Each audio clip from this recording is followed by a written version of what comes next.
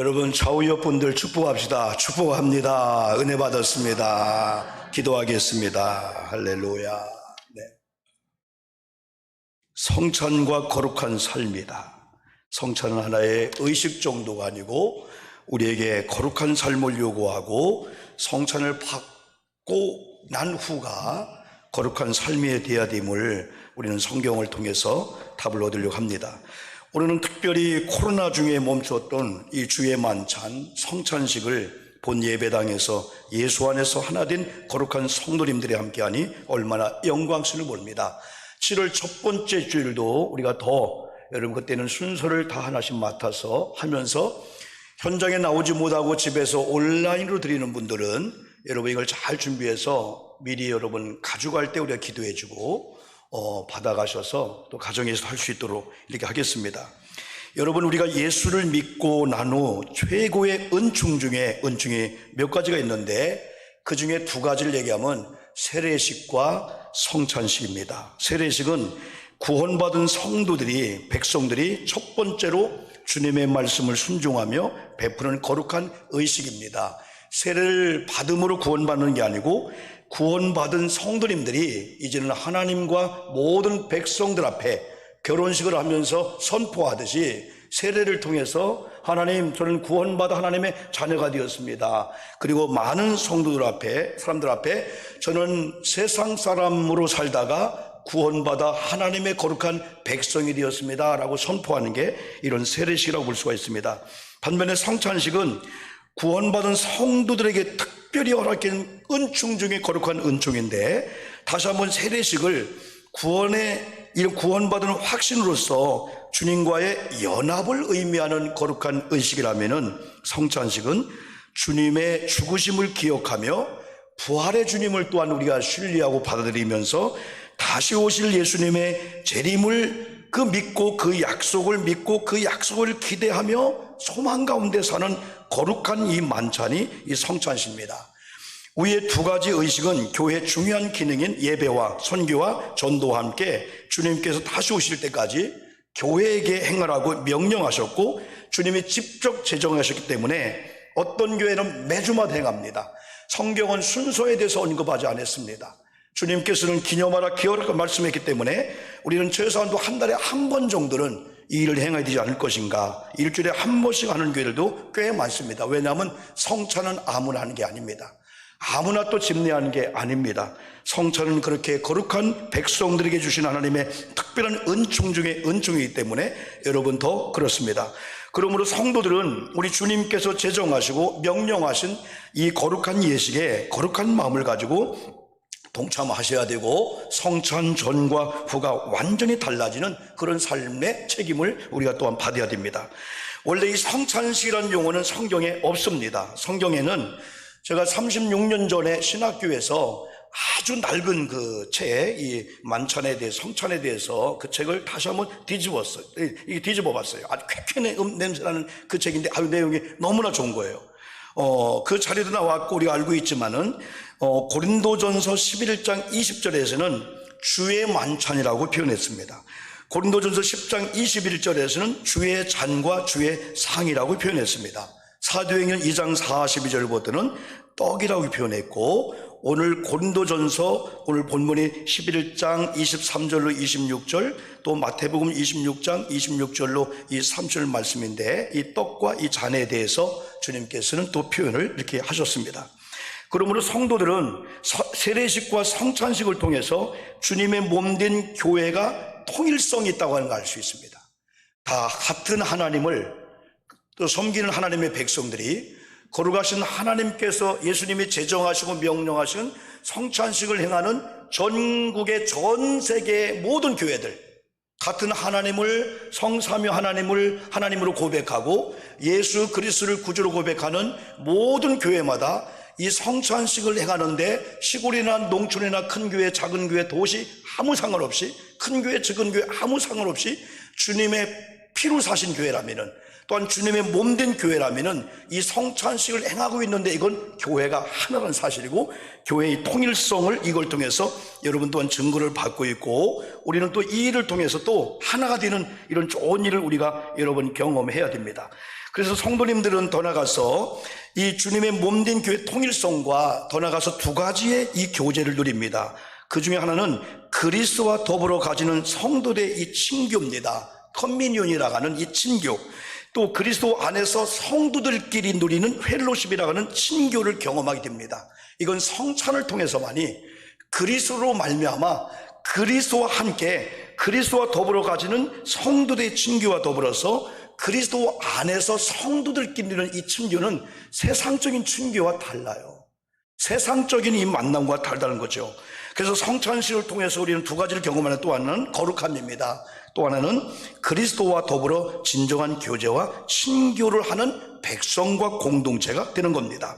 아까 얘기한 대로 우리 주님과 나와의 교제와 친교고, 이제는 성도들끼리 교제와 친구입니다.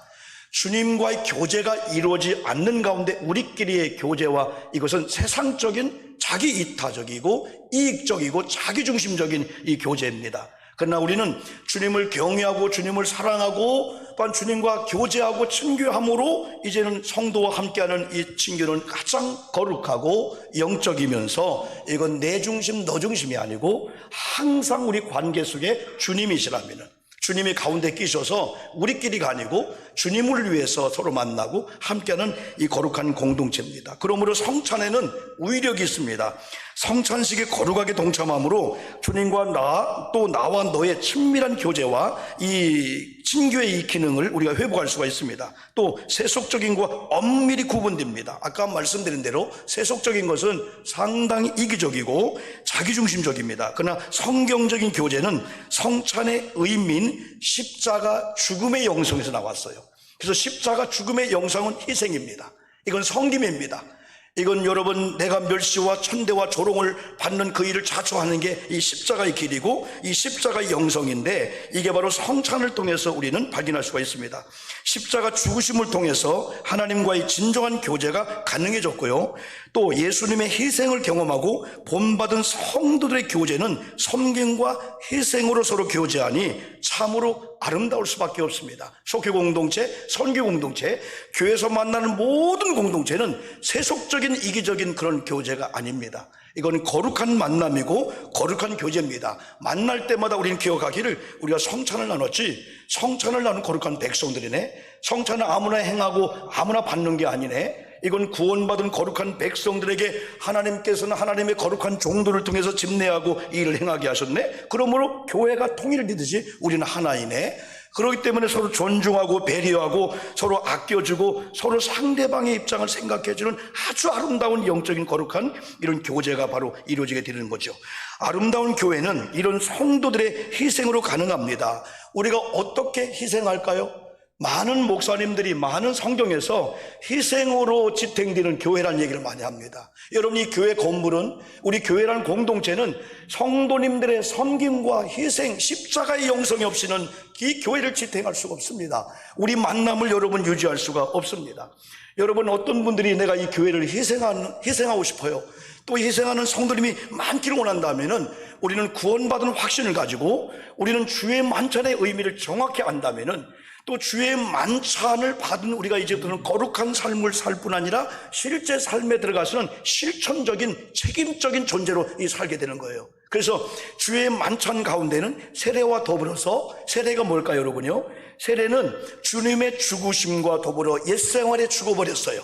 예수를 만나기 전에 옛 구습들, 성격들, 성품들이 완전히 죽어버리고, 또 예수님의 부활과 함께 다시 거듭난 본 어게인된, 중생한 거듭난 새 사람 된 새 생명을 얻은 이 의미가 이 세례입니다.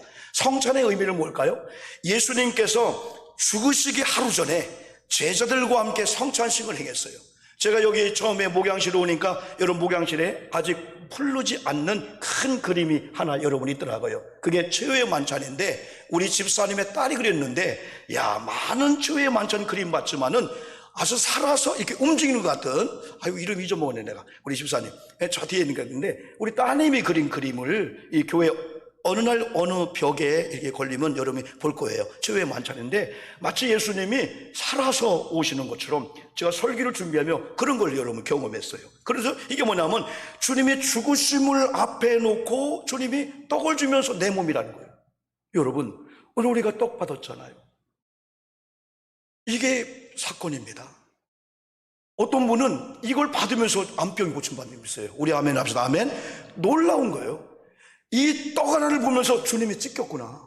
그러면서 이분이 이사야 53장 합니다. 그가 찔리고 그가 상하고 그가 채찍에 맞음으로 살 한 점이 똑똑 떨어지는 그 떡을 내가 먹는다. 그러면은 예수님이 찔리고 예수님이 상하고 예수님의 채찍에 맞음으로 내가 나음을 입었다 말씀한다면 내 암병이 지금 내 속에 있는 이 더러운 질병이 의사가 3개월 사용성은 이것이 아무것도 아니네. 예수의 이름 나을지어다. 그런 믿음이 와진다는 거예요. 여러분 2000년 전에 우리는 그 의식을 구경하는 게 아니에요. 그걸 재현하는 게 아니에요. 지금 예수님이 오셔서 오 목사 오늘 너에게 준 건 내 몸이야. 내 한 촘의 살이야. 자지러지죠? 경련이 나죠? 우리 속에 여러분 어떤 문제가 있을까요? 그러면 주님이 피를 의미하고 있는 잔을 마실 때 야 이게 주님의 보혈의 피야? 주님이 흘렸던 이 피야? 주님 피를 왜 흘렸지? 피는 생명인데 피는 구원인데 나를 살리려고? 이런 은혜의 단계들 가니까 이 성찬식이 기다려지고요. 성찬을 준비한 분들이 선포하면 일주일 전부터 목욕제기하고 기도하는 거예요. 성찬을 준비한 팀들이요. 그리고 오늘 성찬 보좌 위에 나오셨지만요, 이거 잘못 받으면 큰일 나기 때문에 어떤 분들은 안 받기도 해요. 이게요. 그런데 이 의식이 너무나 중요하기 때문에 이건 그래서 결론은 뭐냐? 한마디로 말하면 희생이거든요. 한마디로 말하면 여러분 섬김이거든요. 한마디로 말하면 주님이 나 때문에 멸시, 천대, 조롱과 침뱉음을 당한 것은 내가 멸시를 받음으로 너 존귀함 받게 하려고 하는 주님의 희생전시거든요. 이게 바로 목사님 저나 우리 장로님이나 우리 교우들이 있을 때 희생으로 교회가 되어줄 수밖에 없죠. 교회에 오면 모든 분들이 존경과 섬김을 받으려고 안 해도 희생의 자리 가면은요 알았다는 듯이 교우들이 막 그분을 막 섬기게 되거든요. 이게 십자가의 여러분 또 주님의 십자가 지시기 전에 말씀하신 성찬의 이 재정 속에 다 이게 바로 있는 거예요. 그래서 낮이나 밤중에 교회를 찾아 기도하는 중부적 기도의 용사들, 여러분 일주일에 3번씩 소도하는 이 권사님들, 여러분 화장실을 자기 집에 화장실보다도 더 구부려 앉아가지고 유아실이나 이런 공간들을 구부려 앉아서 무브로 기어다니면서 수건 같은 걸로 팍팍 닦는 이런 것들이 희생의 정신이 아니고는 불가능하다는 거죠. 교회 무거운 짐을 허리가 아플 정도로 지고 이고 수고하는 성도님들, 또 찬양팀으로 예배 안내자로 찬양 봉사로 수고하는 성도님들, 다 이게 성찬의 의미를 알고 희생정신을 가지고 한다면은 얼마나 아름다운, 이게 성찬의 여러분 위력입니다. 여러분 주님을 사랑하는 마음으로 희생하는 성들이 많기 때문에 여러분 교회가 되어지는 거고, 우리가 지금 3개월째 되어지는 이 과정쯤 되면은 많은 분들이 오 목사 괜찮아? 오 목사 괜찮아? 염려하면서 만나면 얘기도 합니다. 왜? 한국 사람들의 특성을 알기 때문에. 동업은 19길도 하지 말라 하기 때문에. 그러나 우리는 동업이 아닙니다. 인간적인 어떤 목적을 두지 않았습니다. 이건 하나님의 피로, 사도행전 20장 28절 이 교회가 하나님의 피를 흘려 샀다는 거예요. 또 주님의 몸된 교회라는 거예요. 이 시대 하나님께서 노년노 62번지에 우리에게 이 일을 맡겼다면은 이 일은 우리의 어떤 세속적인 방법이 아니고, 아, 하나님의 피를 사셨구나. 하나님은 교회를 세울 때 이미 희생하셨구나. 피를 흘리셨구나. 주님의 몸이 찢어짐으로 이 교회가 세워지는 거구나. 근데 어찌 교회를 찢을 수가 있을까요? 어찌 우리 교회를 여러분 우리 상하게 할 수 있을까요? 아니죠. 내가 희생해서라도 내가 여러분 섬기면서 그런 은혜를 입은 성도님들이 방송실에 있든 안내하든 찬양팀하든 오르간 반주든 별의별 수모와 치욕적인 말이 다 와도 상처 안 받는 거예요. 왜? 사람을 위해서 한다면 상처받을 수 있죠. 아무리 주님께서 수많은 사람 핍박을 하고 옷을 찢기도 하고 조롱해도 주님은 아무 말도 없이 침묵의 영성의 교훈을 우리에게 줬어요. 말하지 않았어요. 마지막 주님이 입을 여는 것은 십자가에 찢어지는 고통 속에서 7마디 말씀했습니다. 그것도 용서입니다. 오늘 밤 네가 나와 함께 낙원에 있을 거야. 어머니 요한이 당신의 아들입니다. 아들입니다. 네? 효도를 읽습니다. 그리고 여러분 하나님을 향하여 엘리 라마 사박다니, 하나님 왜 나를 버리시나이까. 그런 우리 주님께서 얼마나 목이 말랐던지 목마르다 한마디 하셨습니다. 그리고 다 이루었다 하며 테텔레스타야 하며 다 이뤘다고 하면서 고개를 떨치면서 여러분 돌아가신 119 이게 마지막 여러분요 십자가 지고는 과정에서 여러분 채찍에 맞는 과정에서 묵묵했습니다. 아무 말도 안 했습니다. 이게 바로 십자가의 정신이고 이게 성찬식에 묻어있는 이 하나님의 이 주님의 의미라고 볼 수 있습니다. 이런 성찬을 받은 이 성도님들이 이제는 고린도전서 11장 23절 26절을 보니까 섬김뿐만 아니라 섬김에서 봉사에서 희생에서 머무르는 걸 끝난 것 아니라 이제는 주님을 기념하는 거룩한 삶으로 이제 간다는 거죠. 고린도전서 바울은 나를 기념하라 라고 한 주님의 말씀을 고린도 교회에게 편지했습니다. 왜? 고린도 교회가 왜 성찬이 필요했을까요? 고린도 교회는 다 자기 중심으로 사람 중심으로 파당이 있는 거예요. 다 인간적이고 지극히 인본주의인 그런 교회였기 때문에 이 성찬을 통해서 그 무거운 벽을 깨부시려고 하는 이 하나님의 신비한 방법이 바울을 통해서 이루어지므로 고린도 교회가 완전 녹아집니다. 말씀이 들어가니까요, 고린도 3장에서 어린아이 같은 이러한 교인들이 완전히 성숙한 이런 교회로 바뀌는 데 있어서는 이 성찬의 이 의미가 얼마나 중요한 역할을 하는지 모릅니다.